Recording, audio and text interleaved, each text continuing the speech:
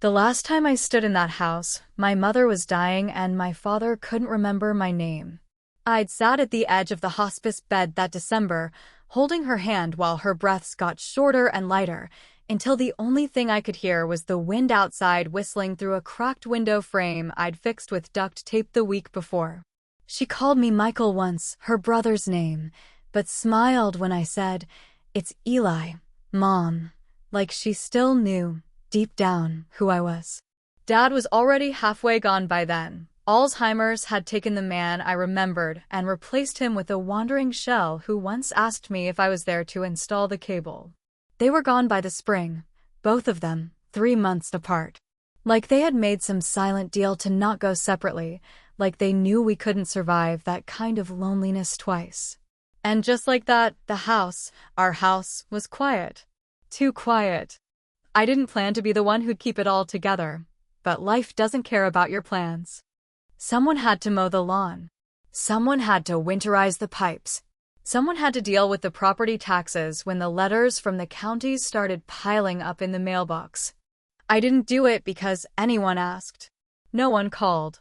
No one cared. I did it because I couldn't stand the thought of that house falling apart like everything else had. So I kept showing up. Saturdays mostly. Pulled up in my rusting Ford, unlocked the back door with the spare key I'd had since high school, and walked through rooms that smelled like memories and dust. I patched, cleaned, paid, and pretended someone might eventually thank me. But no one did. The family had splintered long before my parents died, and after the funerals, there wasn't much left. My sister moved to Oregon and stopped returning calls. My uncles and aunts called once a year, maybe, and always for the same reason, to ask if I was still handling everything. Like the house was a leaky sink, and I was the plumber they forgot to tip. And then, about 3 weeks before Christmas, I got the invite. A red envelope with a gold snowflake sticker, addressed in Aunt Margie's curly handwriting like she was my goddamn pen pal. Inside, a folded card with some Hallmark bullshit about family being the gift that lasts forever and a handwritten note at the bottom that read, "Come home for Christmas, Eli. We'd love to see you. Love, Margie." That was it. No apology for the years of silence. No mention of the time she told my mother she didn't want a front row seat to the drama when Dad started forgetting where he lived. No acknowledgement of everything I'd done since the funeral. Just a damn snowflake and a guilt trip. Still, I stared at that card longer than I'd admit to anyone. Read it once, twice, then stuck it on the fridge like it was important. I didn't want to go. But I didn't want to be alone either. That's the worst part about being the responsible one.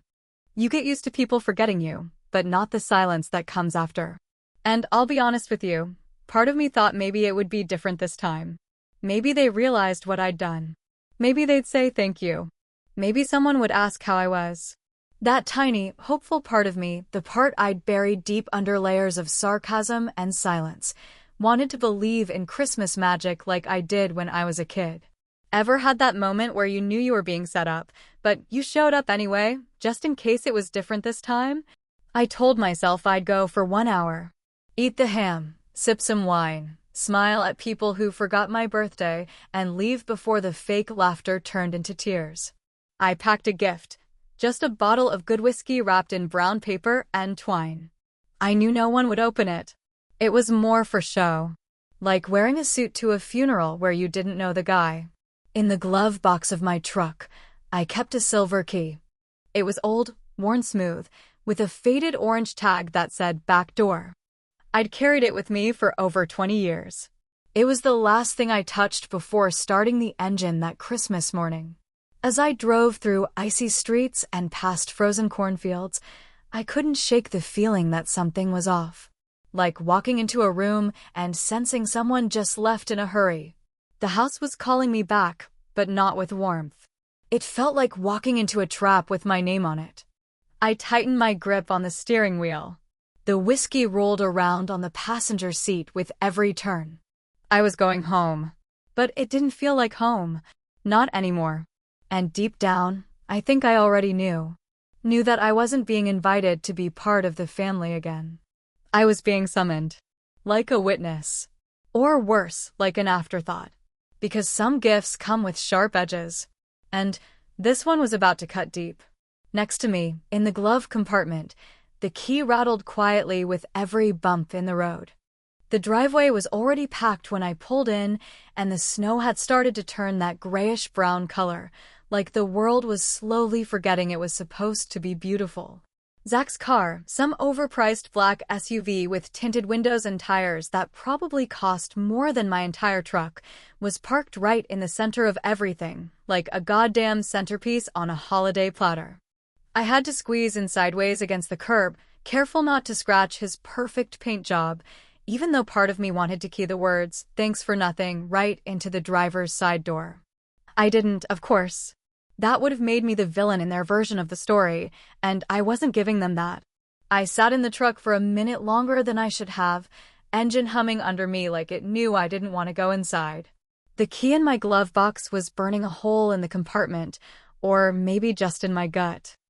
I looked at the house through the windshield, and it was both familiar and foreign all at once, like a childhood friend who got too much plastic surgery. The bones were the same, but something in the skin was off.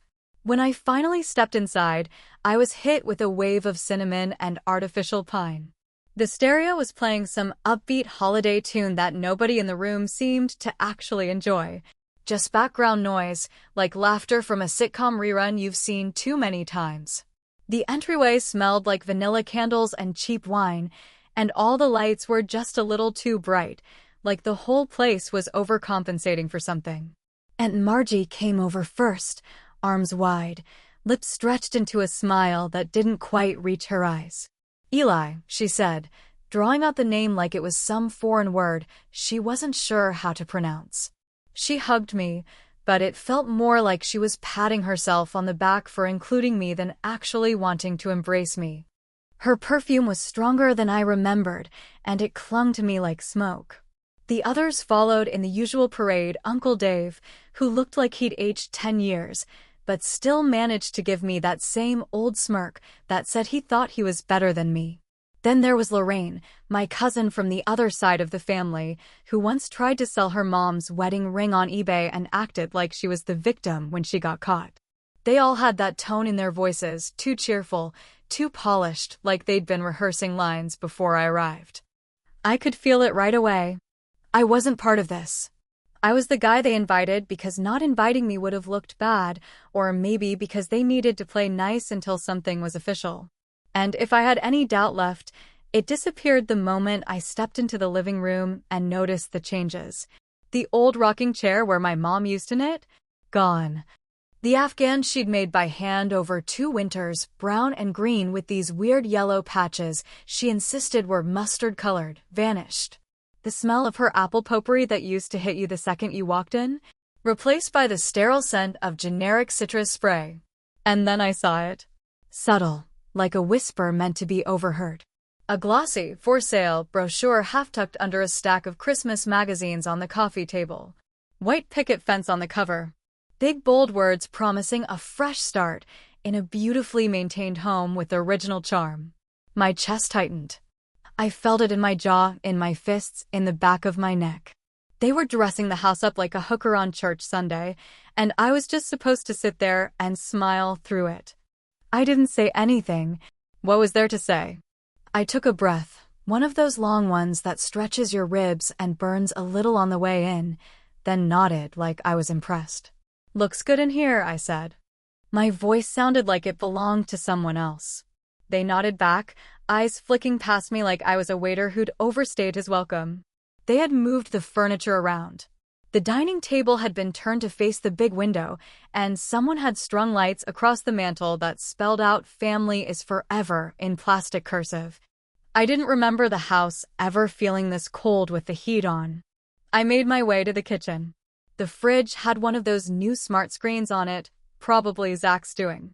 He always liked gadgets that made noise and didn't do much else. Inside the fridge was a catered spread, nothing homemade.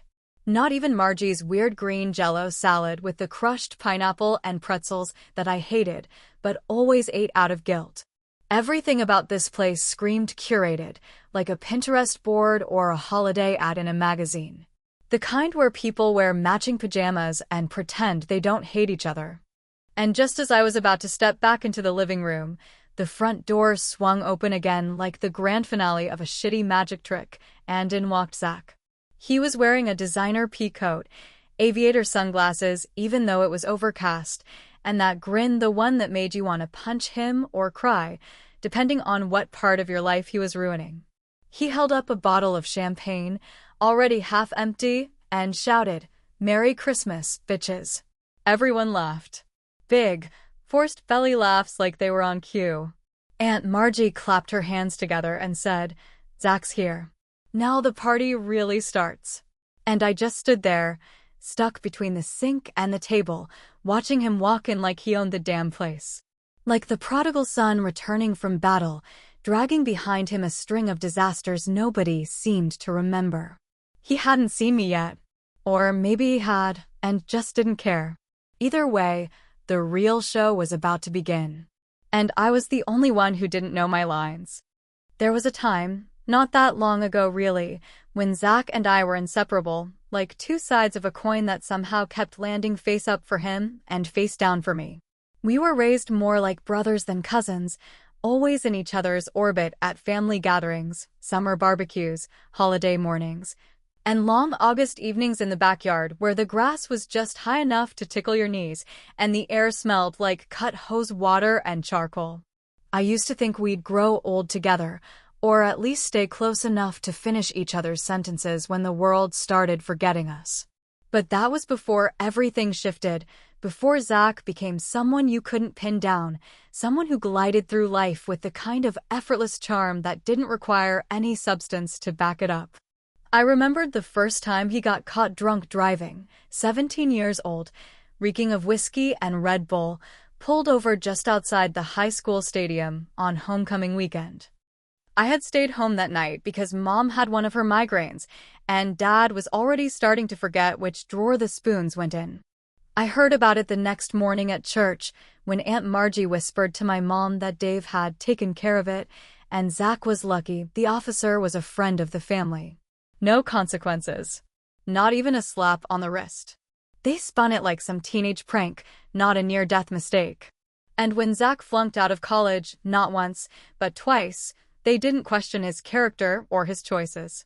They blamed the professors, said the curriculum was too rigid, said he was a hands-on learner who just needed the right environment. A month later, he was working at a friend of a friend's marketing firm downtown, making more in a week than I did in a month.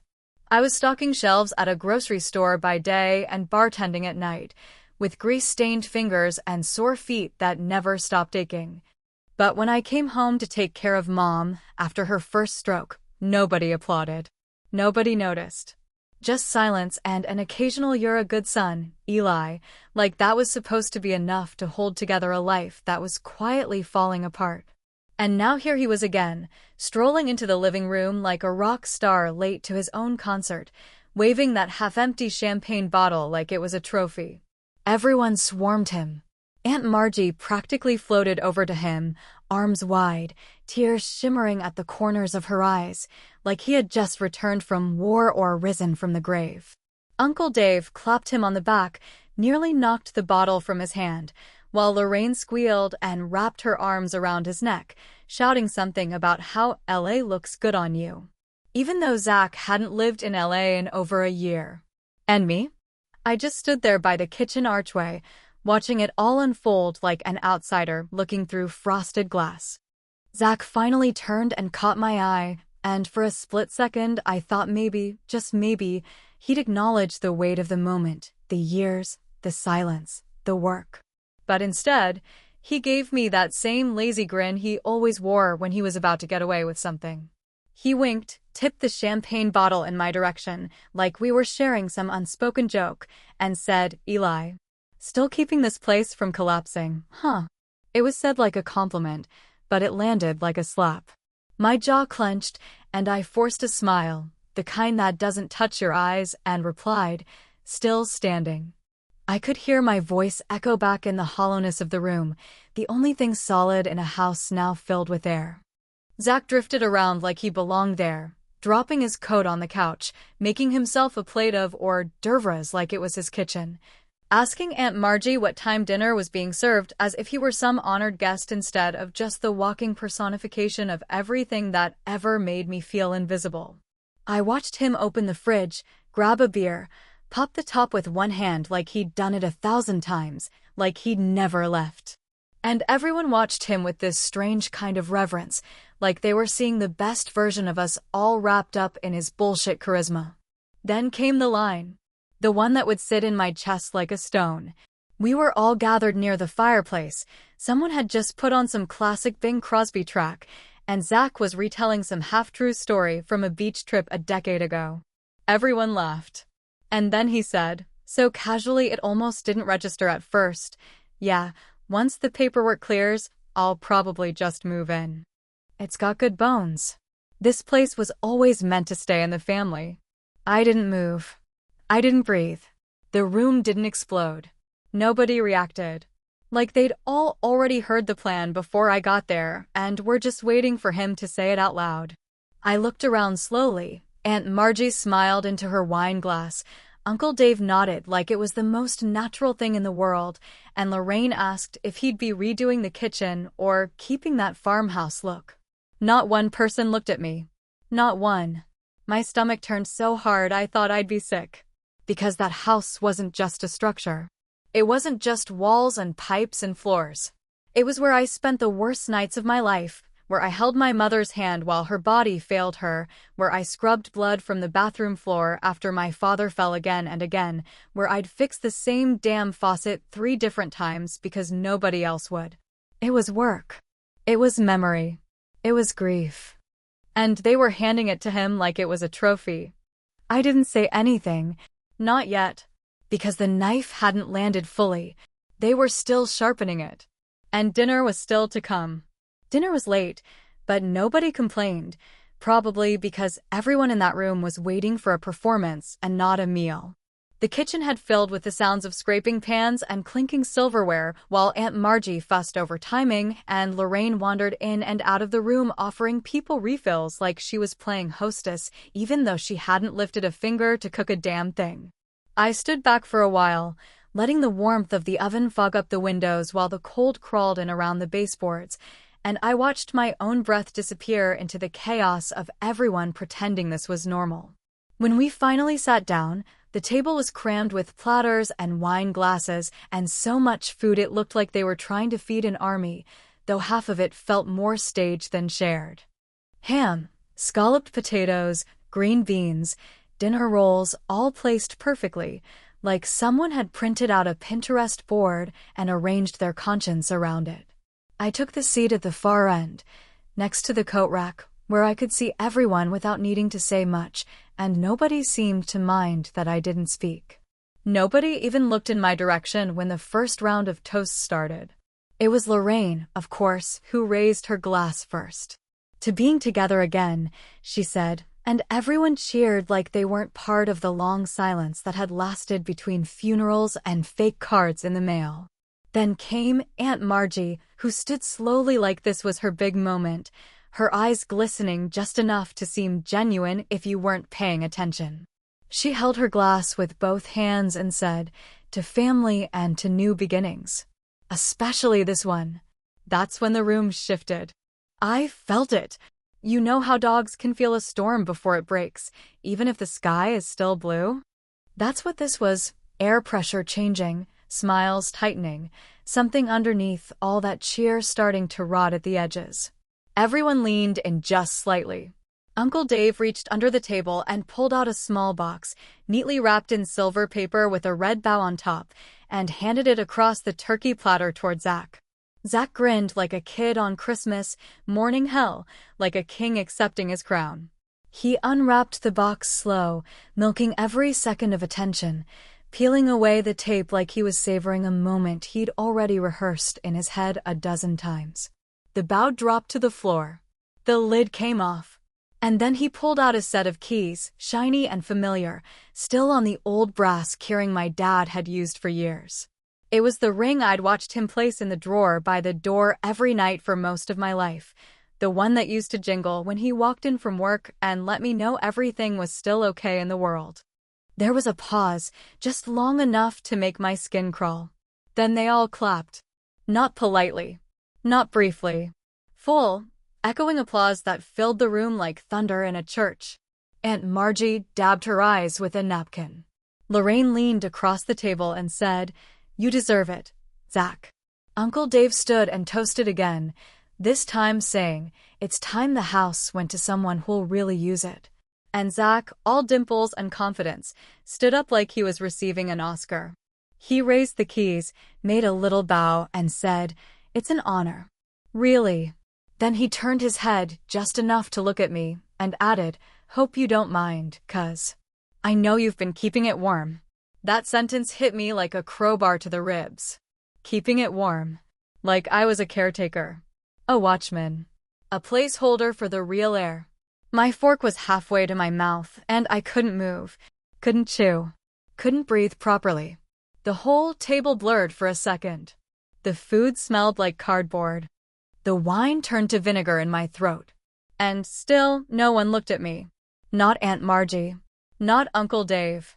Not even Lorraine, who'd once cried on my shoulder after her divorce and swore I was the only one in the family with a goddamn soul. Nobody asked what I thought. Nobody asked if I was okay. Nobody acknowledged the fact that I'd spent the last 3 winters patching holes in that roof, unclogging the ancient furnace when it sputtered and died, replacing broken locks and painting the porch with my own money and time. Nobody remembered, or pretended not to, that the only reason that house was still standing was because I had refused to let it fall apart. And now they were giving it away like a birthday card, like a novelty item, like something that didn't mean anything more than a damn gesture. I looked at the keys again, dangling from Zach's hand, and all I could see was the countless nights I'd spent scrubbing dried blood from the tiles after my father fell, changing bedpans for my mother while she apologized for being a burden, driving to the county office to keep the tax assessor at bay with another check I couldn't afford to write. None of them had been there for any of it. And now they were handing him my ghosts like they were souvenirs. I didn't say a word. Didn't cause a scene. I sat there, chewing slowly, methodically, like each bite would buy me time to decide what the hell I was going to do. Because I knew, somewhere deep down, that if I opened my mouth right then, the roof would cave in. And none of them deserved to know just how much they'd already broken me. So I ate. One bite. Then another. Not because I was hungry. Not because I cared about the food. But because I needed to keep my hands busy while the world I thought I'd belong to walked out the front door in Zach's pocket. And I knew, without a doubt, that I was the only person in that room who understood what had just been taken from me. They didn't just give him the house. They gave away my entire goddamn life. Dessert came out on a gaudy red platter shaped like a sleigh, filled with store-bought pies and a few half-hearted cookies that looked like they'd been decorated by children or someone drinking through guilt. Someone passed me a slice of pecan pie I didn't ask for, the kind that always stuck to the roof of my mouth and made my throat itch, and I just stared at it like it might start talking if I gave it long enough. Around me, the laughter rolled on. People leaned in over wine glasses, utensils clinked, and conversations blurred together into this high-pitched hum, a false rhythm of happiness that felt like it belonged in someone else's life. I didn't hear what anyone said after the keys hit the table. It was just noise now, and I was floating somewhere between the clatter of forks and the sound of blood pounding in my ears. I don't remember who started the conversation about Christmases past, maybe Uncle Dave, maybe Lorraine, but suddenly everyone was sharing memories, throwing around warm words like tradition and family and legacy. And all I could think about was the version of this house that didn't smell like citrus cleaner and champagne. I could see my mom's old wool socks drying on the radiator, the kind with holes in the toes she kept patching with yarn that never matched. I could see the blanket fort Zach and I built when we were 8, tearing every cushion from every couch to build something that collapsed after 10 minutes, but felt like a castle for a brief, golden afternoon. I leaned back in my chair, eyes glazed, jaw tight, while memory after memory hit me like hailstones. The time I came straight from the night shift, still in my uniform, and shoveled 3 feet of snow off the porch steps so Mom wouldn't fall on her way to her doctor's appointment.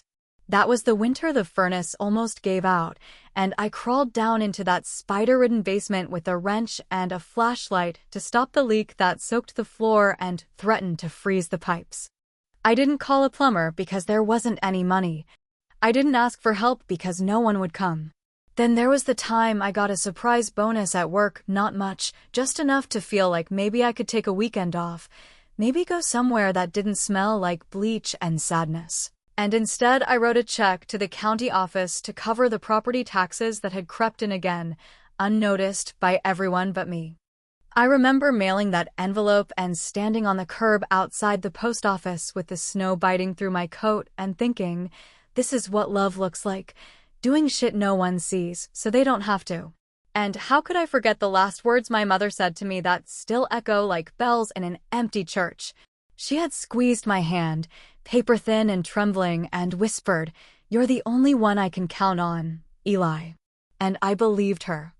I really believed that meant something, that being reliable mattered, that showing up even when it was hard would count for more than a passing thank you or a hollow toast. But now I sat in that same house, surrounded by people who watched me keep it all from crumbling and still decided to hand it over like a party favor. And it hit me not just the betrayal, but the clarity that came with it. They had always known. Every time I showed up with groceries, every time I sent a bill to the lawyer, every time I answered the late-night calls to reset the thermostat or check the alarm system, they knew.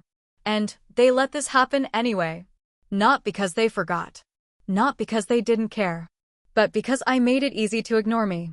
I started writing the note in my head somewhere between the second bite of pie and Lorraine's latest story about her grind-set lifestyle. At first, it was messy, angry, sharp, childish in the way pain sometimes is when you haven't let it speak for too long. But then it got clearer. Short. Clean. Something so quiet it would echo louder than anything I could scream across that table. In my mind, I saw myself standing up, pulling the spare key from my jacket pocket, placing it gently on the polished wood, and sliding the folded paper next to it like a final offering. I imagined every face at that table freezing, blinking, trying to make sense of what just happened. No dramatics. No raised voice. No accusations. Just a message delivered the way I'd lived my life in this family, calm, silent, and devastatingly honest. The note would say exactly what needed to be said and nothing more. You never lost me. You just didn't notice when I started walking away. I wouldn't wait for a response. Wouldn't flinch when Aunt Margie's mouth opened in confusion or when Zach laughed it off like he always did. I'd be halfway down the driveway by the time the message really hit, by the time someone realized what I'd just done. That I'd left them not in anger, not in hatred, but in that deep, bottomless emptiness that comes after someone realizes you've finally stopped hoping they'll change. I swallowed the last bite of my pie without tasting it. My throat felt tight, like the air itself had thickened. I looked at the note in my mind one more time and knew it wasn't a fantasy. It was a decision slowly being born. I wasn't ready to write it yet, but it was forming like a storm building on the horizon, and when it came, it would be simple, clean, unstoppable. Then, as I stood to refill my glass, Zach brushed past me on his way to the bathroom. He clapped a hand on my shoulder, just a little too hard, just a little too familiar, and said, "Hey, thanks for holding it down for me all these years." I turned, looked him right in the eyes, and smiled. But it wasn't the kind of smile he was expecting. There's a moment just before something breaks when the air gets too still, too sharp around the edges, like it's holding its breath and waiting for someone to move. That's exactly how the room felt while I stood near the doorway, coat already slung over my shoulder, glass of untouched wine on the table behind me, and that damn key burning a hole in my hand. It wasn't supposed to be dramatic, and maybe that's why it hit harder. There was no storm brewing in my voice, no trembling rage about to explode. Just a quiet resignation, the kind that comes when a man's finally done waiting for people to see what they've taken from him. The laughter hadn't stopped yet when I reached into my coat pocket and unhooked the key from the small metal ring I'd carried for almost 2 decades. My fingers trembled slightly, not from fear or nerves, but from the sheer weight of the thing. It wasn't even heavy, not really. It was just steel and brass and memory. But in that moment, it felt heavier than anything I'd carried in my life. It was the kind of heavy you can't measure with a scale, the kind that lives in your spine and your stomach and somewhere behind your ribs. I walked slowly toward the center of the room, past the tree that leaned too far to the left, past the wine-stained napkins and the emptied plates, past the people who had spent the last hour toasting each other for a decision they all knew was going to wreck me. Nobody noticed me at first.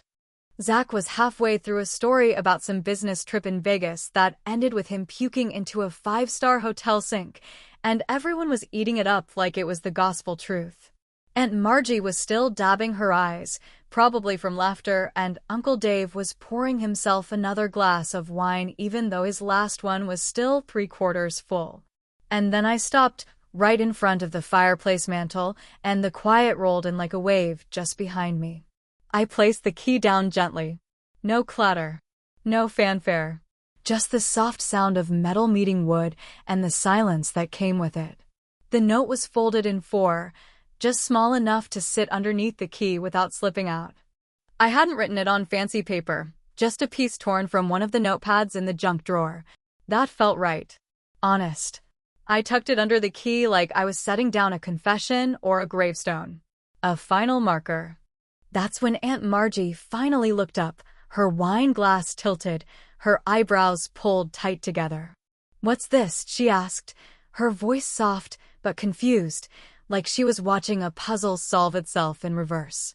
I turned to her, shrugged the same way I've shrugged my whole life, like I was apologizing for taking up space in the room, and said, "Guess you won't need me anymore." The silence that followed was different. This wasn't just the absence of sound. It was the kind of silence that wraps itself around your throat, makes your skin itch, and tells you something real has just happened, even if no one knows what to do about it. Zach laughed once, a short, confused chuckle, like he thought I was joking. But when he saw my face, that smile faded. Fast. Uncle Dave leaned forward, started to say something, but whatever words he had got lost in the dry air between us. Aunt Margie opened her mouth like she wanted to object, to ask questions, to plead, but nothing came out. Not even her usual nervous giggle. I didn't give them time to think. I didn't let them regroup and come up with some excuse or explanation or half-assed apology. I just turned, grabbed my coat from the rack, and headed toward the door. No shouting. No final speech. No angry goodbye. Just a clean exit. The air outside was freezing, sharp enough to wake every nerve in my face, but I didn't care.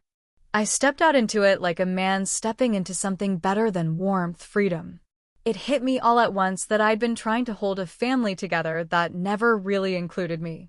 That I'd poured myself into people who didn't think twice about emptying me out.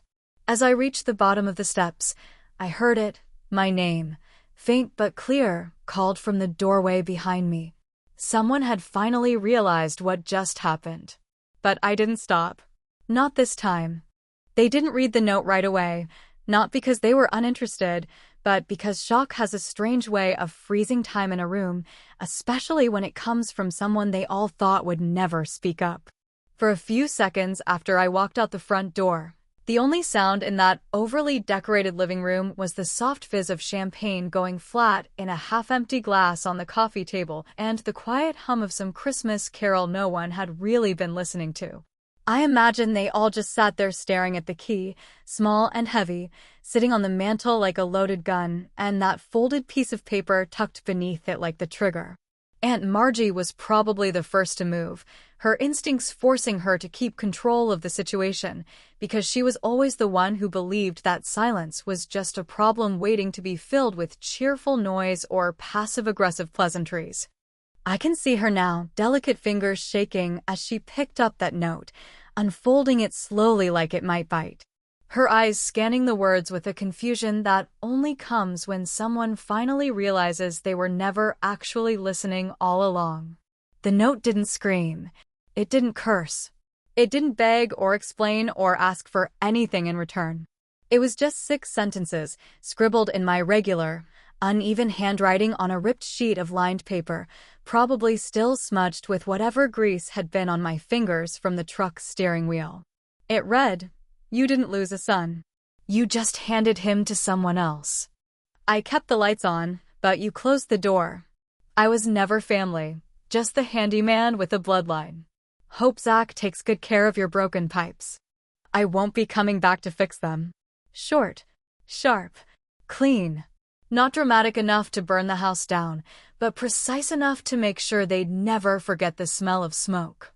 I didn't want vengeance. I didn't want tears. I wanted to leave something behind that told the truth, without apology, without permission, without the kind of sugar-coated family bullshit that everyone around that table had been force-feeding each other for years. When Margie read it out loud, I imagine her voice cracked right around the part where I said handyman with a bloodline, and Zach probably rolled his eyes, leaned back in his chair, and laughed, because that's what he does when something's too real to be comfortable. He masks it with bravado, with charm, with that shallow kind of humor that's designed to turn pain into punchlines. He's being dramatic, he probably said, smirking, while everyone else just sat there digesting something they hadn't expected to taste that night. Uncle Dave, I'm sure, said nothing at first. He never does when the moment calls for decency. He was the kind of man who believed silence was safer than truth, especially when the truth made him look like a coward. I bet he just stared at the key and thought about how much easier things would have been if I'd just kept playing my part like I always had. Maybe Lorraine tried to say something about how I'd always been so sensitive, but even she couldn't make that land without sounding cruel in the moment. But the important thing, the thing that will stick with me until I'm dust, is that none of them chased me. Not one of them came running after me. No one threw on a coat and called my name into the dark. Nobody said, "Eli, wait," or "You're right," or "Come back, we're sorry." They just stayed in that warm little house I'd kept from falling apart for years and let me walk into the night like I'd never mattered in the first place. I didn't drive fast. I didn't blast music or cry or pull over to scream into the void like some movie protagonist. I just drove, slow, steady, past the quiet neighborhoods and the fields dusted with snow, past closed gas stations with flickering neon signs and diners lit up like false promises. I didn't know where I was going, only that it couldn't be backward. I had spent too many years driving in circles around a family that never really had a place for me, and now that the engine was humming beneath me and the road stretched out in front like a clean sheet of paper, I felt something I hadn't felt in a long time. I felt clean. It wasn't happiness. It wasn't relief. It was emptier than that, like the kind of quiet that comes after a storm has gutted your home, and all that's left is foundation and the frame of something you can finally rebuild. I looked over at the passenger seat and saw the bottle of whiskey still wrapped in brown paper, the one I'd brought thinking someone might appreciate the gesture, and I laughed, not because it was funny, but because it was absurd how long I'd held on to the belief that people like Margie or Zach or Dave could even recognize love that doesn't come with conditions or strings. Eventually, I pulled off the highway at one of those rundown exits with a faded blue motel sign and a single gas station across the street that was somehow both open and empty. I parked, checked in, and didn't bother giving a fake name because for once in my life, I wasn't trying to disappear. I was just trying to exist without explanation. I dropped my bag on the floor, turned on the bedside lamp, and cracked open that whiskey with one good twist. I didn't toast. I didn't sulk. I just sat on the edge of the bed, watching my own breath rise in the cold air of the room where the heater clicked like it had arthritis, and I laughed again. Not loud, not long. Just enough to hear myself for once, with no one else's voice trying to drown it out. And in that quiet, for the first time in years, I realized I wasn't alone. I was just finally free. I know what you're thinking, because I've asked myself the same thing every hour since I walked out that door. Did I do the right thing, or did I just become exactly what I hate? And I'll tell you right now, I don't have some neat little answer tied up with a bow, because real life doesn't come with clean conclusions. It just keeps moving, dragging you with it whether you're ready or not. That house, what it stood for, what it held, what it meant, was never really mine. Not in the way it should have been. I paid for the roof to stay solid and the pipes not to burst, but it was never truly given to me, not as home, not as belonging, not even as acknowledgement. It was a stage, and I was the guy behind the curtain making sure the lights stayed on while they performed their version of family in front of people who'd stopped caring years ago. Let me say this flat out, I'm not bitter. I'm not sitting in some motel room holding a grudge like it's going to keep me warm at night. What I feel isn't rage, it's clarity. Cold, sharp, and honest clarity. The kind that you don't get until you've spent years playing a role that was killing you slowly, then finally walking off the set mid-act while the audience still thinks the show's going on. That's what I did. I walked out. Not because I wanted revenge. Not because I thought it would teach them a lesson. I left because I couldn't keep pretending it didn't hurt to be forgotten. They say blood is thicker than water, but no one ever talks about what happens when that blood turns into concrete, hardens, and sinks you. You think family is supposed to save you. But what if family is the weight tied around your ankles while you're trying to swim? They didn't hate me. Let's be clear. Hate takes energy. They just didn't think about me at all unless I was useful, unless I was fixing something, paying something, covering something they'd rather not deal with. I wasn't Eli. I was the one who handles it. The man in the background. The safety net. Until they didn't need a net anymore. And yeah, I know, maybe I could have stood up at that dinner table and said my piece in front of them all, thrown my glass across the room, called out every lie, every moment they looked the other way while I was breaking under the weight of keeping things together. But what would that have done? Turned me into the angry one? Given them another reason to pat each other on the back for being so patient with the complicated cousin? No, that wasn't going to be me. I chose silence. And I'll be honest with you, it might have been the loudest thing I've ever done. But even now, sitting in this cheap motel room, feet on cracked tile, staring at beige wallpaper with water stains that look like ghosts pressing through from the other side, something still aches. I left the house, sure, but I didn't leave the memories. I didn't leave the way my mother called out for me when she was afraid. I didn't leave the nights I stayed up fixing the furnace with frozen hands, wondering if anyone even noticed. I didn't leave the look in my father's eyes the last time he remembered my name. Those things cling to you. They seep into your skin like smoke. You leave the place, but the place doesn't leave you. And so yeah, part of me still wonders if I abandoned them the same way they abandoned me. Did I become what I swore I wouldn't? Did I shut a door that could have been opened one last time? I don't know. I think about that too much. And that's the thing about walking away. There's no applause, no final scene. Just the sound of your footsteps growing fainter and the question echoing behind you. Was that survival or just surrender? I don't want your pity. I don't want anyone to turn me into some tragic figure. This isn't about victimhood. It's about choice. I made mine when I placed that key on the mantle and left them to their perfect little performance without the guy who kept changing the goddamn light bulbs. I didn't owe them a monologue. I owed myself the decency of getting the hell out before it killed what was left of me. They'll say I was cold. Maybe I was. But sometimes, silence cuts deeper than screaming. Now you tell me, was walking away the coward's move? Or the bravest thing I've ever done?